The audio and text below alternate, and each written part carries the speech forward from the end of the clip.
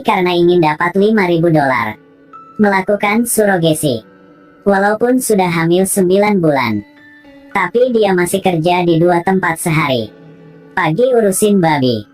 Sore kerja di warteg. Setiap saat harus menghadapi dengan pemilik galak. Dan cara terakhir untuk berubah semua adalah kerja di luar negeri. Tapi ke luar negeri butuh banyak uang. Dengan cepat sudah hari melahirkan. Dia dibawa ke ruangan kecil. Di samping ada air. Dan 1 handuk. Dia pertama kali lahiran jadi sakit hingga pingsan. Ketika dia bangun, melihat perut dia udah kempes. Dan saat ini seorang pria kasih tahu dia, bayi dia sudah mati. Bayi tidak bisa diselamatkan. Mereka kasih $500 buat dia. Dia sangat santai. Ketika pulang ke rumah terus menangis. Dia menangis bukan karena anak meninggal, tapi hilang kesempatan untuk berubah hidup yang buruk ini. Besok dia mencari ke rumah orang yang bisa bantu dia ke luar negeri.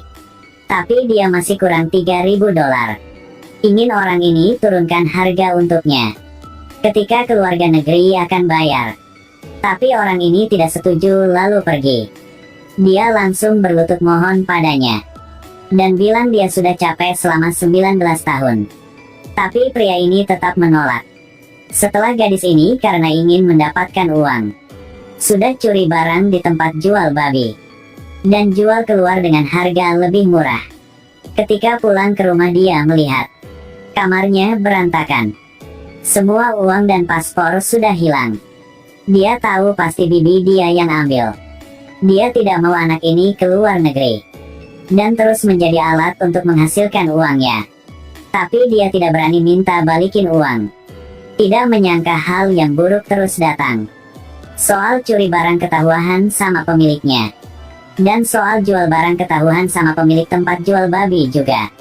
2 kerjaan hilang dalam sehari. Hidup menjadi lebih sulit. Tidak punya pilihan lain, dia mencari ke rumah bibi. Bersiap untuk kerjaan yang spesial. Karena bisa hamil. Dia angkat kaki ke atas. Dia ingin menghasilkan $5.000 biar bisa kerja di luar negeri. Tapi semua uang dan paspor sudah hilang.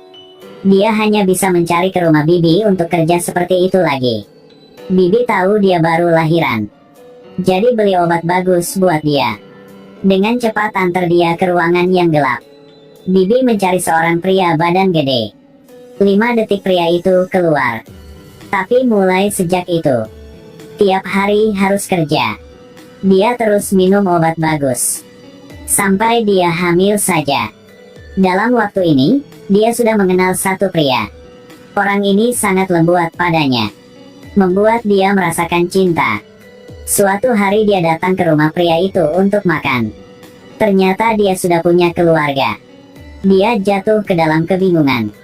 Bibi menemukan mereka jatuh cinta. Suruh gadis ini jangan ketemu pria itu lagi. Suatu hari ketika sedang di toilet dia merasa bahwa dia sudah hamil. Akhirnya juga dapat. Dia langsung kasih tahu bibi. Setelah dicek ternyata sudah hamil.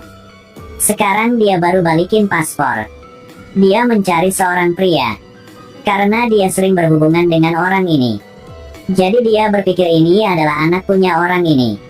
Tapi malam itu, pria itu berkata, jangan kontak lagi, dia sudah punya keluarga. Gadis ini sangat sedih. Pria itu melihat sedih. Jadi kasih tahu dia. Sebenarnya anak pertama dia masih sehat. Tapi bibi dia ketika dia pingsan sudah bawa pergi. Lalu jual ke orang lain. Dan hanya kasih dia $500. Dia marah langsung cari bibi dia. Dia terus mengetuk padanya. Tapi bibi tidak peduli pada dia. Dia hanya bisa diam dan menangis. Tidak menyangka hari kedua bibi mencari dia. Tanya dia siapa yang kasih tahu soal itu.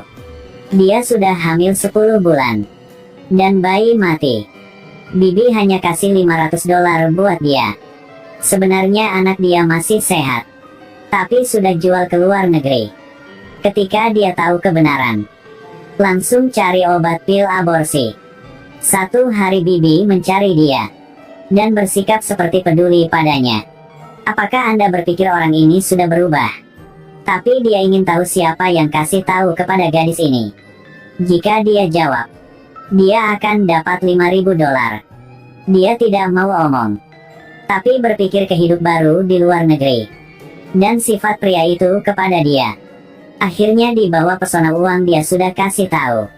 Setelah itu, Bibi kasih uang $5.000. Sekarang dia berjalan di jalan tanpa nyawa. Karena dia berhasil keluar dari kehidupan yang buruk ini. Mencari ke tempat yang dia inginkan selama ini. Suatu hari dia datang untuk pamit sama pria itu. Kedua duduk di kursi, tidak ada yang ngomong apa. Sekarang gadis ke toilet. Ketika dia balik, melihat dia sedang dipukul. Pasti Bibi yang mencarinya. Dia berbalik dan pergi. Mencari ke rumah orang perantara. Setelah melihat uang sudah cukup, sudah antar dia. Perantara tidak menipu dia. Dia duduk di mobil untuk keluar negeri. Apakah dia benar bisa keluar negeri untuk berubah kehidupan ini? Tidak ada yang tahu di sana adalah surga atau neraka. Detail filmnya sangat bagus, mencerminkan masyarakat gelap dan harapan untuk keluar dari kesengsaraan itu.